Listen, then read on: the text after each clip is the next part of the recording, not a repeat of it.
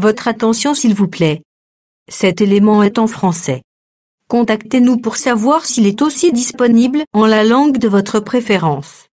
Veuillez aussi noter qu'il est en audio uniquement. Dépourvu de ce fait d'image originaire.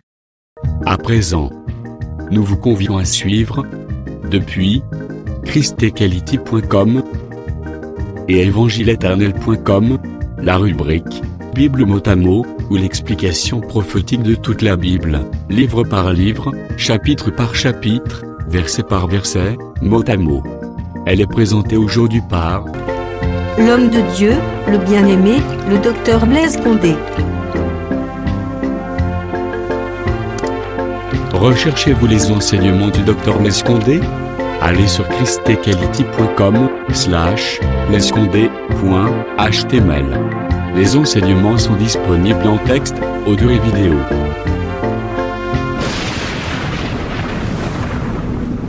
Bonne édification au nom de notre commun Seigneur et Dieu Jésus-Christ. Amen. Nous vous saluons au nom précieux de notre Seigneur et Sauveur Jésus-Christ. Nous continuons à parler sur les livres de l'Apocalypse, mot à mot. Et aujourd'hui, nous allons exploiter les versets 10. Nous continuons, donc Apocalypse chapitre 1er, verset 10, dans sa deuxième partie qui s'intitule « J'entendis derrière moi une voix forte ». Donc, comme le son d'une trompette. Voilà, aujourd'hui nous allons expliquer juste j'entendis derrière moi. Je pense que dans notre précédente séance, nous avons parlé sur les jours du Seigneur et Dieu nous a fortement bénis. Et aujourd'hui, nous allons parler sur j'entendis derrière moi.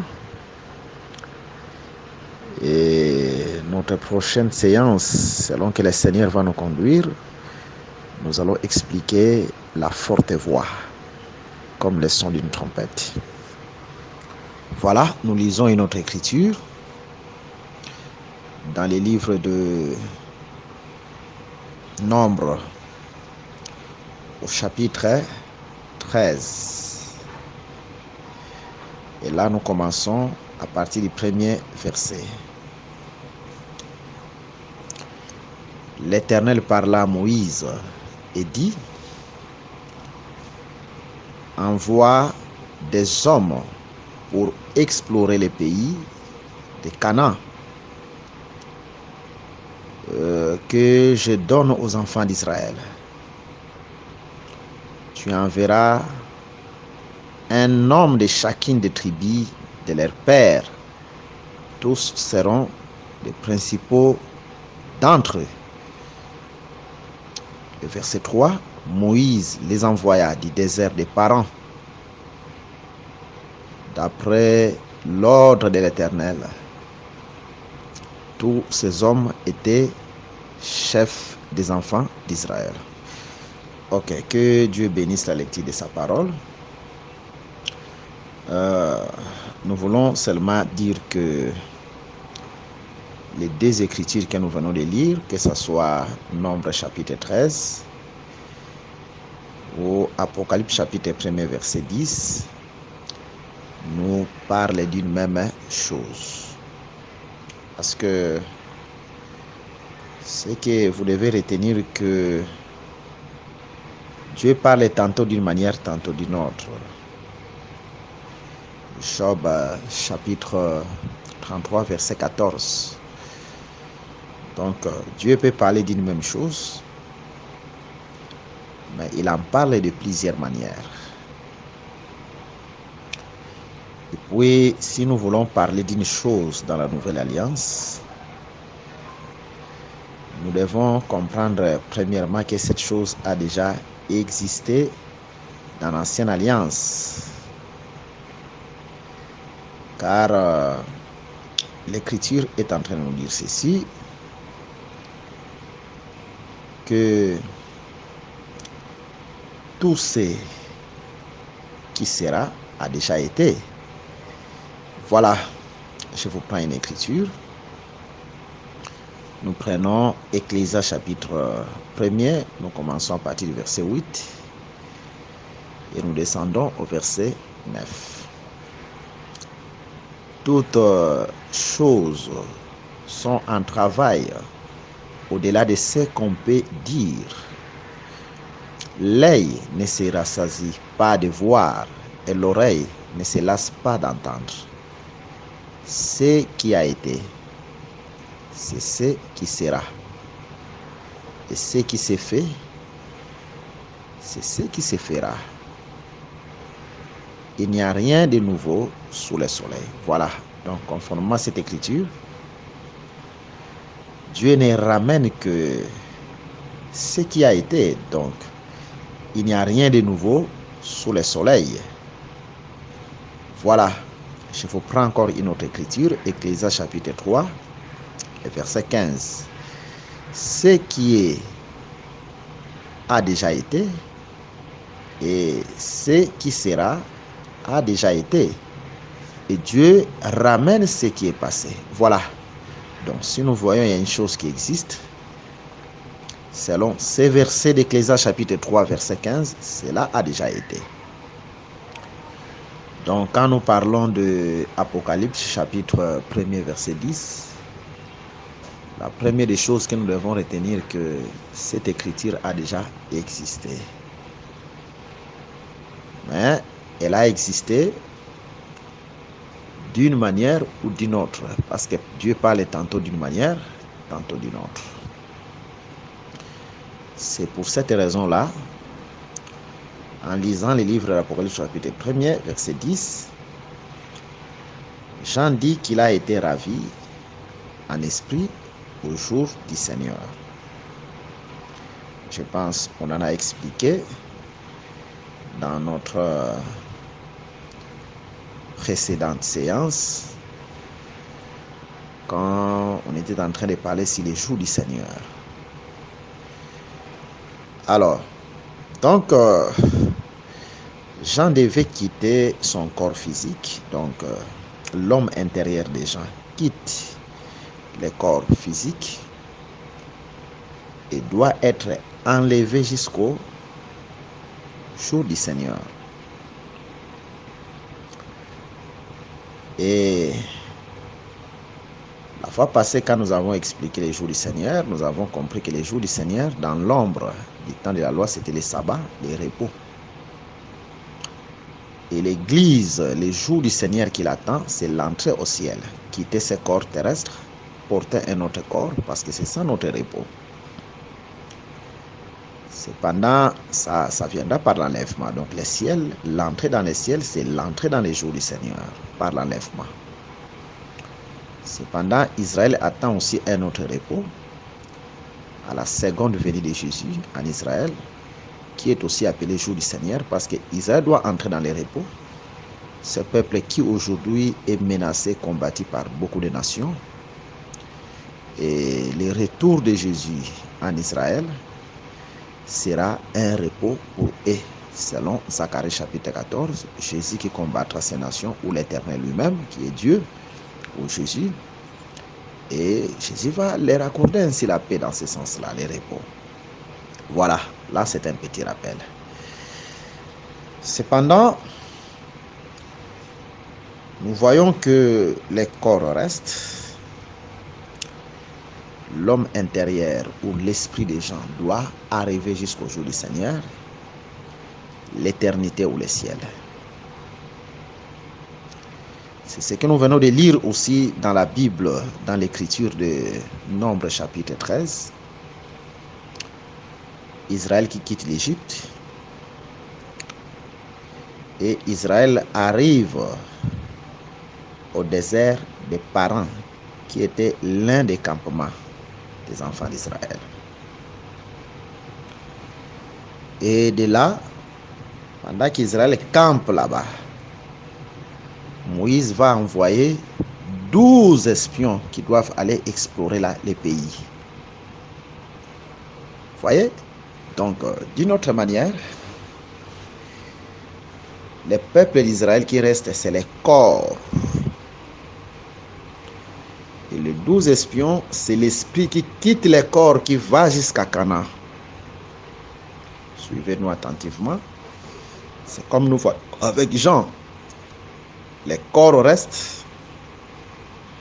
Son esprit quitte les corps et va jusque dans les jours du Seigneur, l'éternité, les ciels.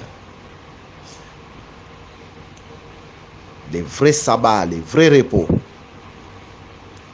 Voilà, c'est dans ce sens-là que nous sommes en train d'évoluer par la grâce de Dieu. Il va explorer. Mais quand les 12 espions sont allés, selon les Saintes Écritures, quand nous lisons tous les chapitres des Nombres, chapitre 13, vous allez comprendre qu'ils devaient prendre les fruits du pays et revenir avec les fruits du pays. Cette chose-là aussi, c'est prophétique. C'est pour dire que, en réalité, le ministère n'est pas terrestre. Le ministère est céleste. Conformément à quelle écriture? Nous prenons dans la Bible l'écriture d'Éphésiens, chapitre 4. Et là, nous commençons à lire à partir du verset 9. Or, que signifie il est monté? Sinon qu'il est aussi descendu dans les régions inférieures de la terre. Donc Jésus, après sa résurrection, plusieurs jours après, Jésus devait monter. C'est lui qui est descendu. Voilà, Jésus devait descendre sous forme du Saint-Esprit au jour de la Pentecôte dans son église. C'est le même qui est monté au-dessus de tous les cieux. Ok, afin de remplir toutes choses. Le verset 11. Et il a donné les uns comme apôtres. C'est très important. Mais avant que j'y arrive, je vais concilier cette écriture. Donc, Éphésiens chapitre 4, le verset 11, avec une autre écriture. Verset 8. Éphésiens chapitre 4, verset 8. C'est pourquoi il est écrit, étant monté en haut, il a émené des captifs. Et il a fait des dons aux hommes. Ok. Quand Jésus fut monté, après sa résurrection plusieurs jours après, Jésus a émené des captifs avec lui. Et ces captifs-là, ce sont des dons qu'il devait faire aux hommes. Donc, d'une autre manière,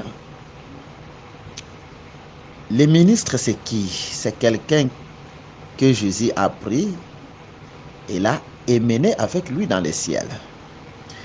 C'est comme Jean, dont son homme intérieur, son esprit quitte les corps et va dans les ciels. Parce que, arrêtez, un ministre est émené dans les ciels.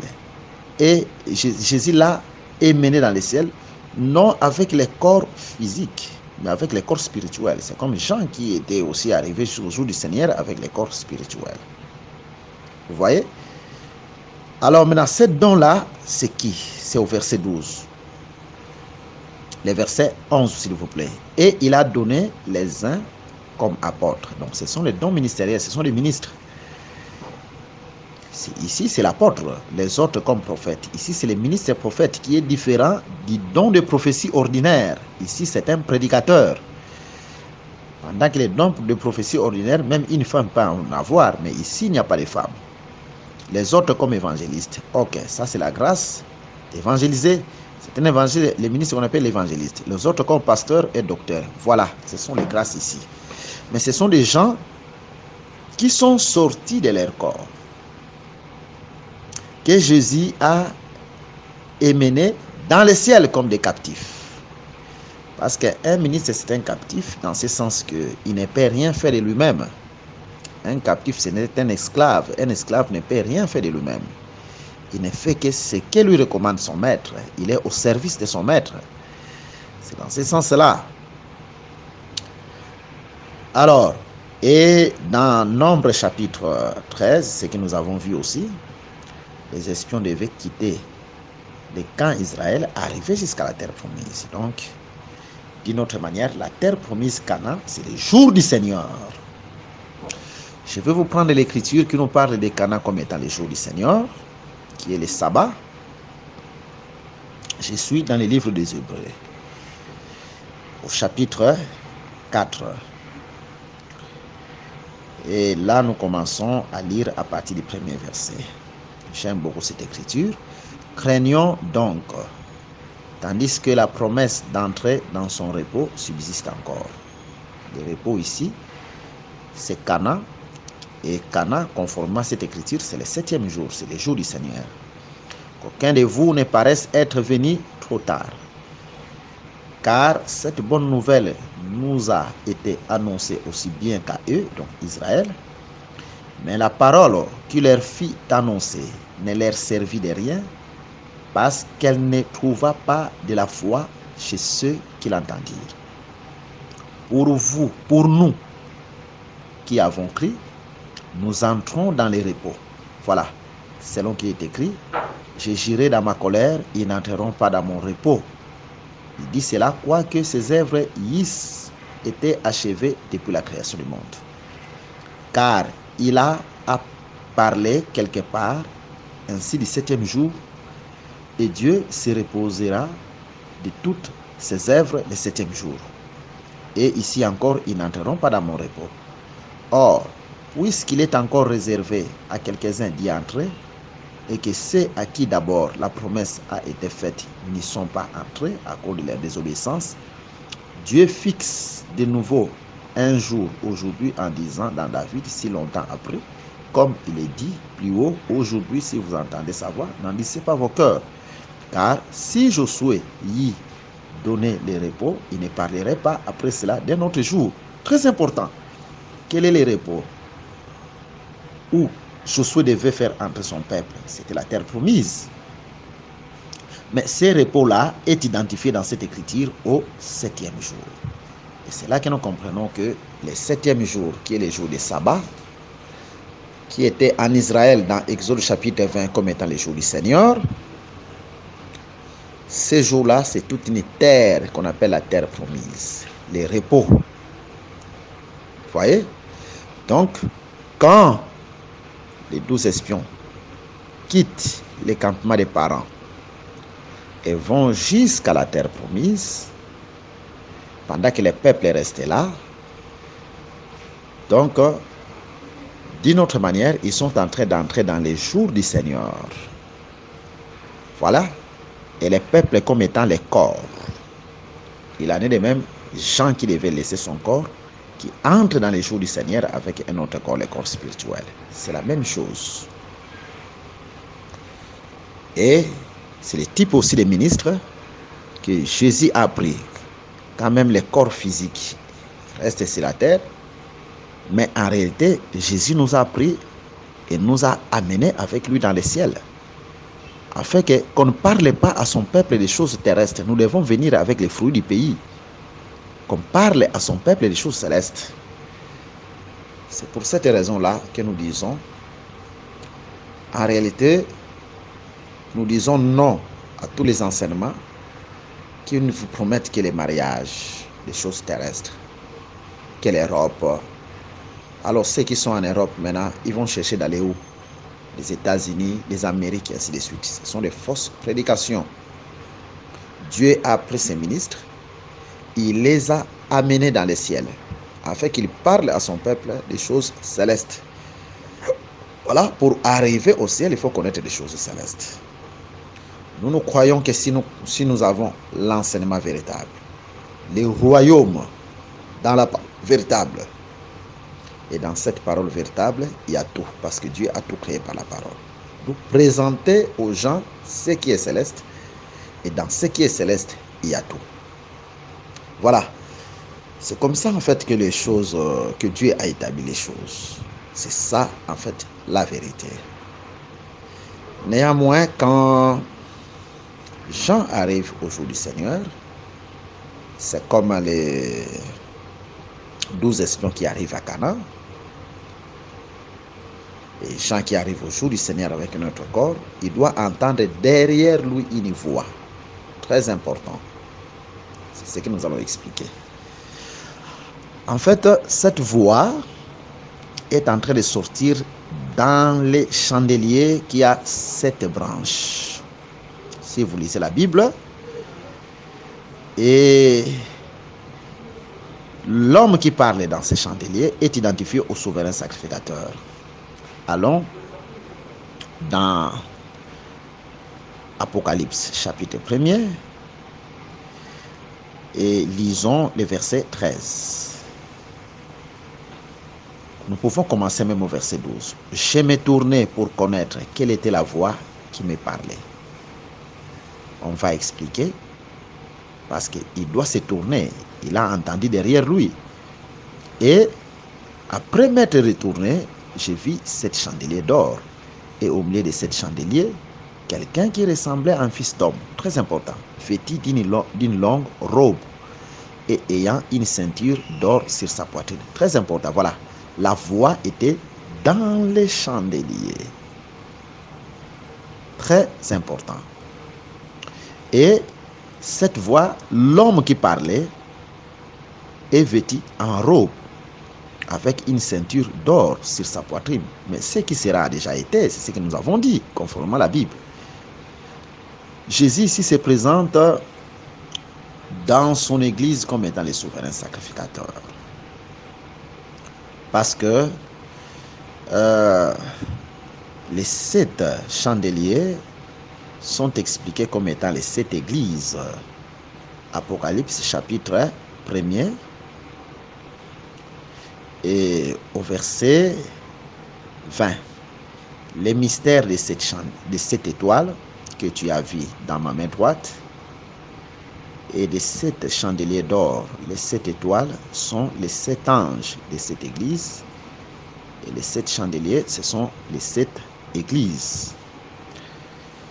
Ici, on est en train de nous parler du mystère de 7 étoiles et de 7 chandeliers.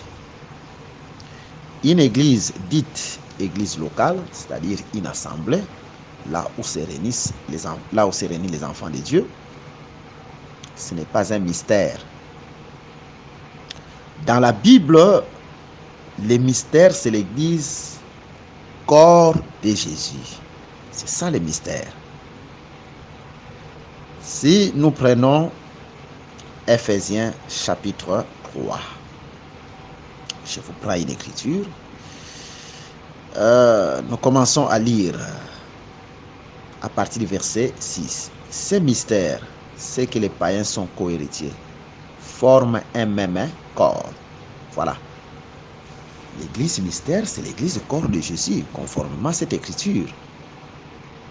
Une assemblée locale, ce n'est pas un mystère. Dans la Bible, le mystère, c'est l'église corps de Jésus. Et là, quand on était en train de nous parler du mystère de 7 étoiles et de 7 chandeliers, les 7 chandeliers comme étant les 7 églises, quand ça devient mystère, c'est cette église-là. Donc, ce n'est plus une assemblée locale, les assemblées qui existaient en Turquie, parce que toutes ces 7 églises-là existaient en Turquie, la Turquie actuelle, que ce soit Laodicée, que ce soit Éphèse, toutes les 7 églises apocalyptiques. Mais le livre de l'Apocalypse, c'est un livre symbolique.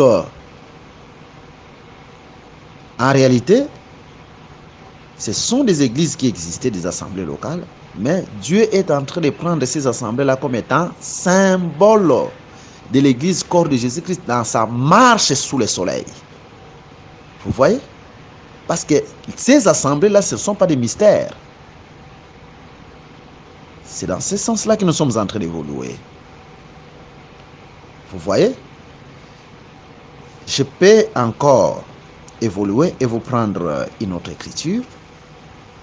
Je suis dans Ephésiens chapitre 5, le verset 32. Ce mystère est grand. Ok. J'ai dit cela par rapport à Christ et à l'Église. Voilà. Donc, l'Église, c'est un mystère. L'Église mystère, c'est l'Église corps de Jésus.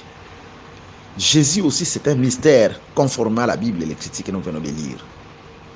Mais l'assemblée locale n'est pas un mystère. La Bible nous dit, je dis cela par rapport à Christ et à l'Église, et non par rapport aux églises. C'est-à-dire, tous ces 7 chandeliers-là, étant mystère, ne forment qu'une seule église mystère, conformément à ces versets. De même, quand on nous parle aussi les mystères de 7 étoiles, ce sont les 7 anges. Ces mystères-là de 7 étoiles, ça parle toujours de Jésus. Jésus en 7 dans les mystères. Je pense qu'on va en parler quand on va y arriver. Vous allez comprendre qu'en réalité, ces 7 étoiles ne parlent que d'une seule personne qui est Jésus-Christ. Mais si je peux anticiper, je vous prends Apocalypse, chapitre 1er toujours. On en a déjà parlé par la grâce de Dieu, mais on peut de toute façon répéter toujours et rappeler ce qui n'est pas mal. Verset 4, Apocalypse chapitre 1er, verset 4. Jean aux 7 églises qui sont en Asie, que la grâce et la paix vous soient données de la part de celui qui est, qui était et qui vient. De la part de 7 esprits qui sont devant son trône. Donc la grâce nous vient de la part de 7 esprits. Et ces 7 esprits, c'est celui qui était, qui est et qui vient.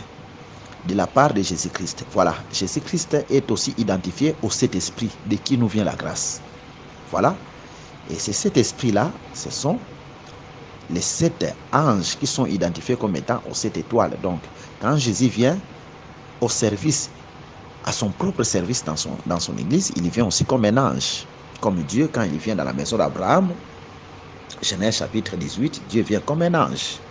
Voilà. Donc, c'est Jésus en fait en 7. Jésus comme étant les 7 esprits.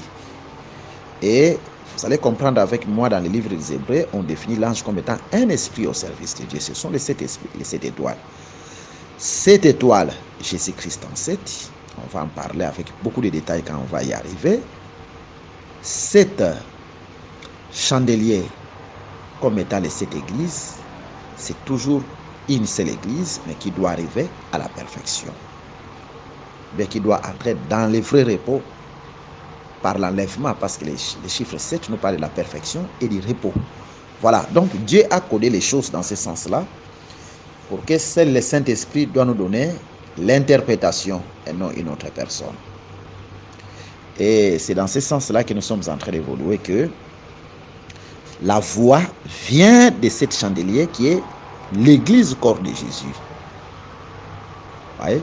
Jean est parti enlever, il arrive jusqu'au jour de l'Éternel dans le ciel, mais il a entendu la voix derrière. Il en est de même quand nous allons dans l'ombre, vous allez remarquer, avant d'abord que j'y arrive, je vous ai fait voir que Jésus se présente comme un sacrificateur, le souverain sacrificateur. Allons dans le livre de Lévitique, chapitre 8, verset 7.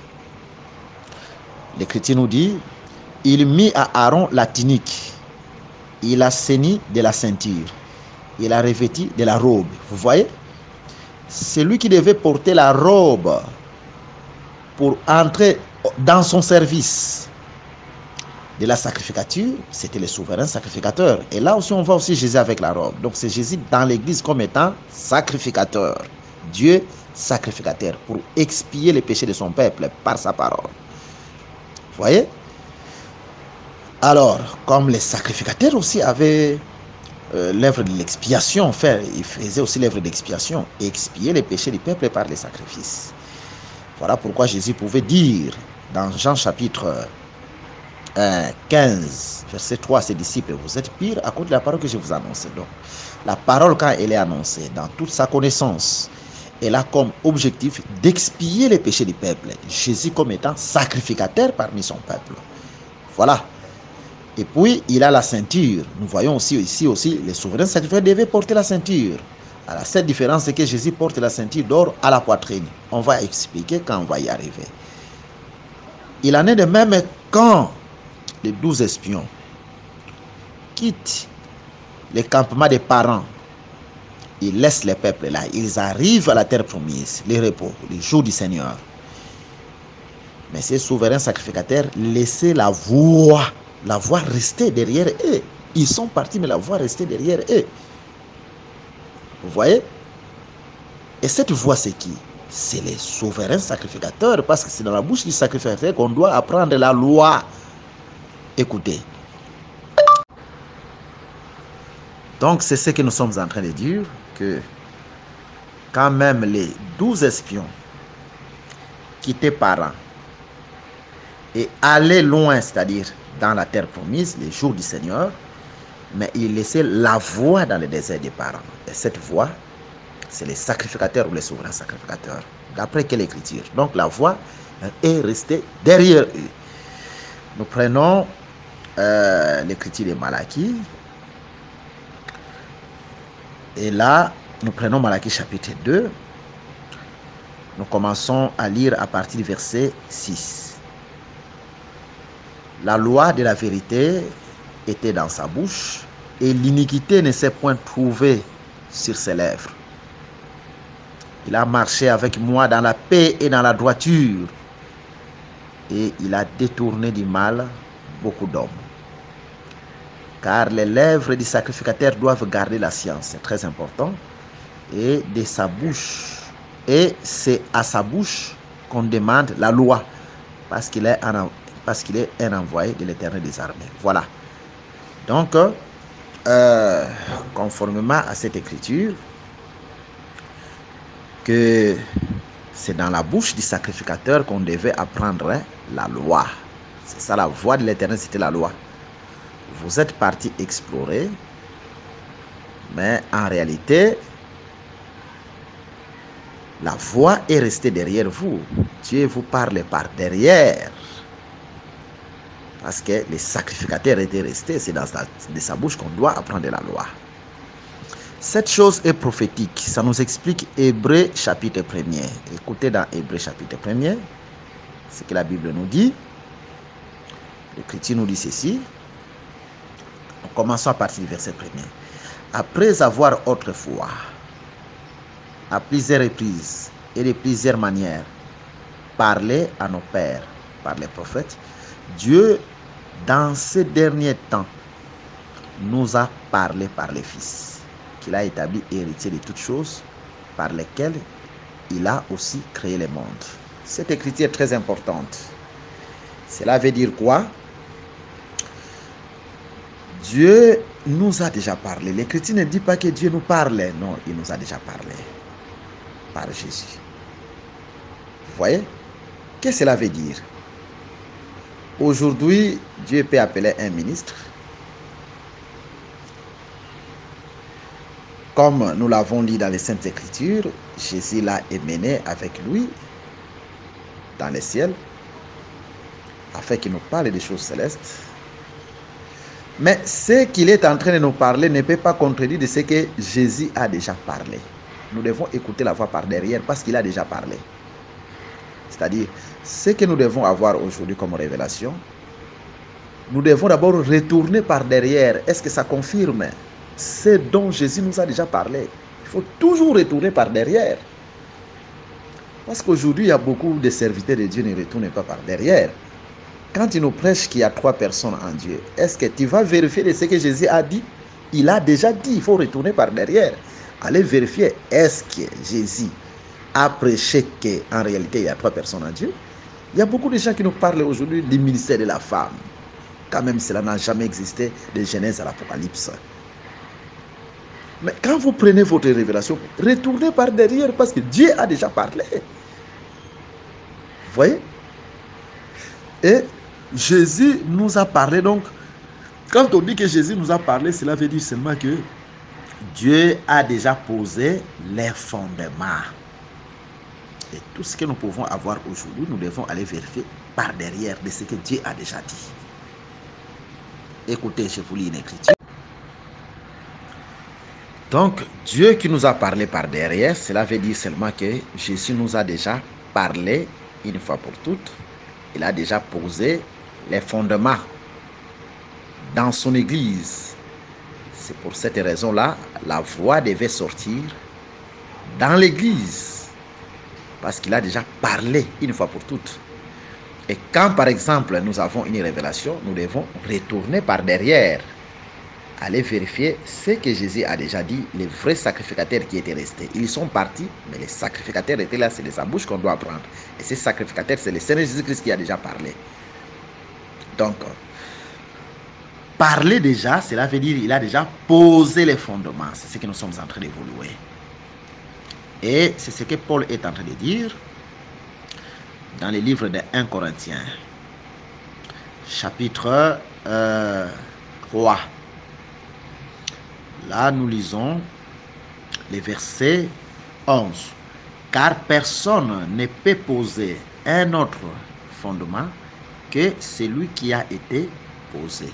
Voilà, je m'arrête seulement là. C'est pour vous faire voir quoi? Que Dieu a déjà posé les fondements. La voix nous a déjà parlé. Jésus nous a déjà parlé. Le fondement a déjà été posé. Dieu peut nous donner des révélations.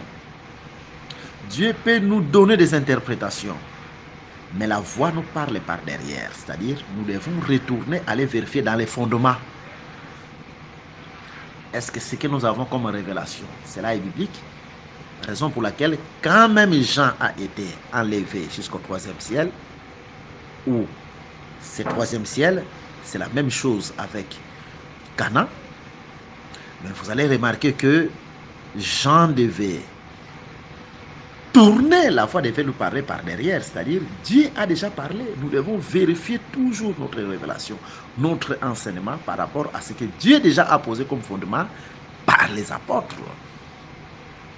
Je pense que dans notre précédente intervention, nous avons expliqué comment est-ce que les jours du Seigneur égale au 3e ciel dont Paul est en train de parler dans 2 Corinthiens chapitre 12. Si vous pouvez suivre nos audios là, Dieu va encore beaucoup vous éclairer. Ok. Donc, vous comprenez en réalité à partir d'aujourd'hui que nous ne pouvons pas prêcher comme nous voulons. Nous ne pouvons pas conduire l'église, une église comme nous voulons, bien une assemblée comme nous voulons. Mais tout ce que nous pouvons faire, même pour conduire une église, il y a une voix qui nous a déjà parlé par derrière. Dieu nous a déjà parlé. Nous devons aller vérifier. Tout ce que nous pouvons prêcher, nous avons une révélation. Nous devons toujours aller vérifier parce qu'il y a une voix déjà qui nous a parlé par derrière, les vrais souverains sacrificateurs de Jésus-Christ. Il nous a parlé par les apôtres qui ont posé les fondements. Parce que dans la Bible, croire en Jésus veut dire croire aux apôtres. Je vous prends une écriture. Je suis dans le livre de Jean, chapitre 17. Et là, nous lisons le verset 20. Il est écrit, ce n'est pas pour eux seulement que j'ai pris, mais encore pour ceux qui croiront en moi par leurs paroles. Ici, les apôtres sont au nombre de 11. Judas n'était plus avec eux. À partir de Jean chapitre 13, il les avait abandonnés. Et Jésus est en train de prier pour les apôtres. Il dit, il ne prie pas seulement pour eux, mais il prie aussi pour ceux qui croiront en lui, en Jésus, par les apôtres. Donc, d'une autre manière, croire en Jésus veut dire croire à l'enseignement des apôtres. Les apôtres ont déjà posé les fondements. Donc, le Fils nous a déjà parlé. Le Fils ne nous parlait pas, mais il a déjà parlé par les apôtres qui ont posé les fondements.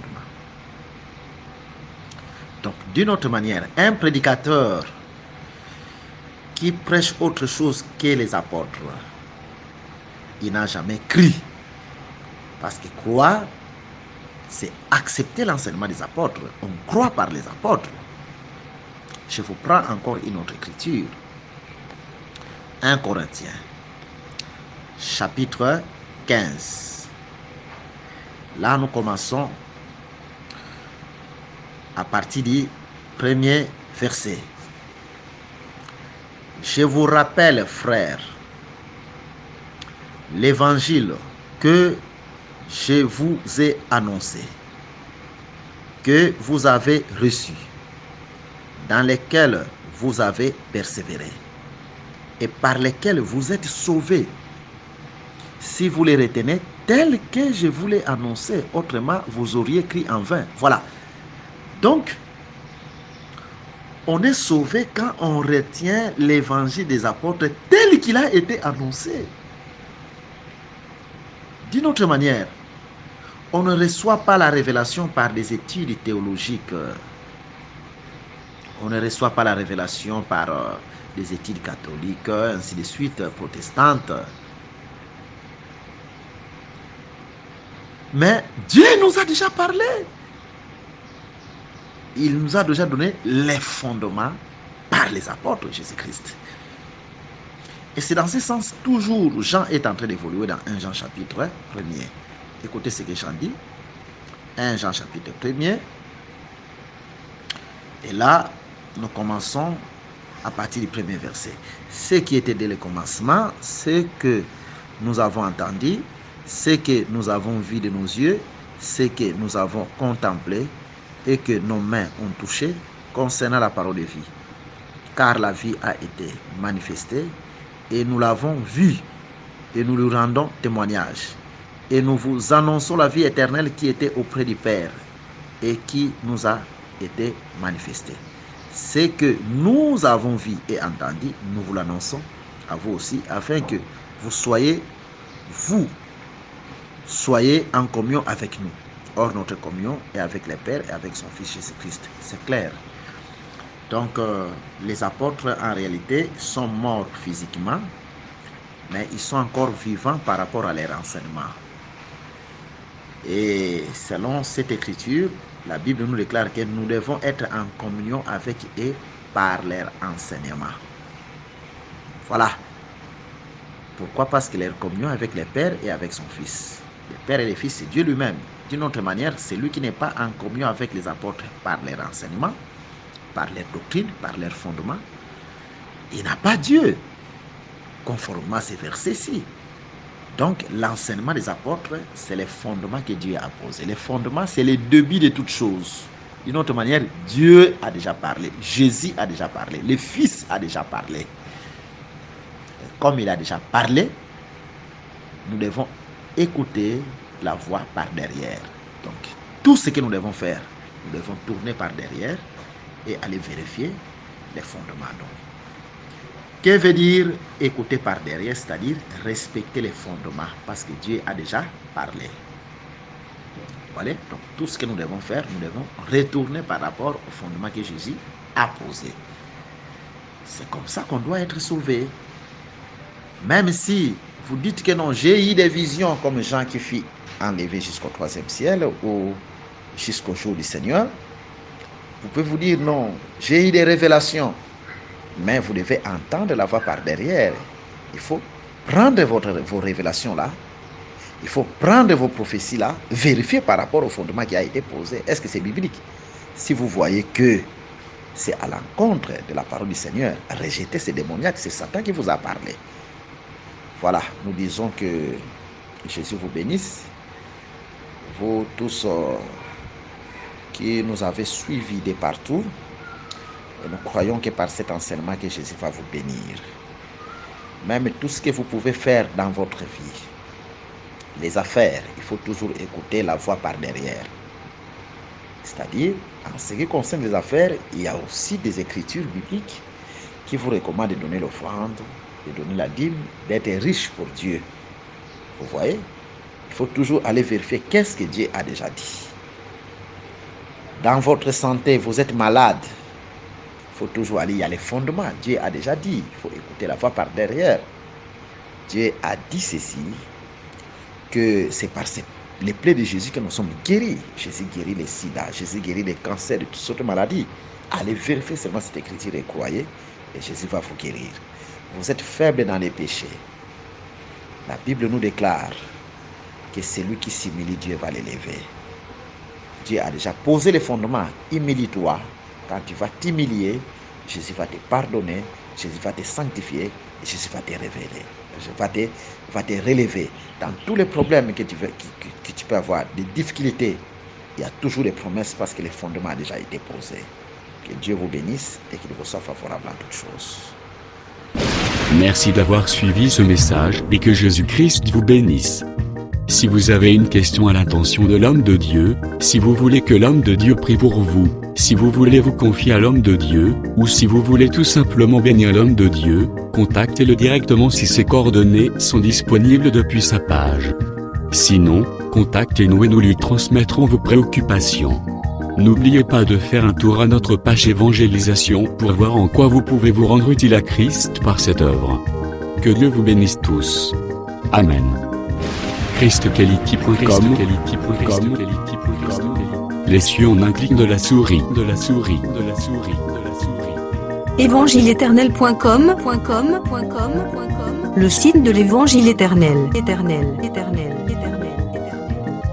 Christ et Quality Fondation, équilibrer la manne ramassée dans le désert de sorte que chacun ait un eumère.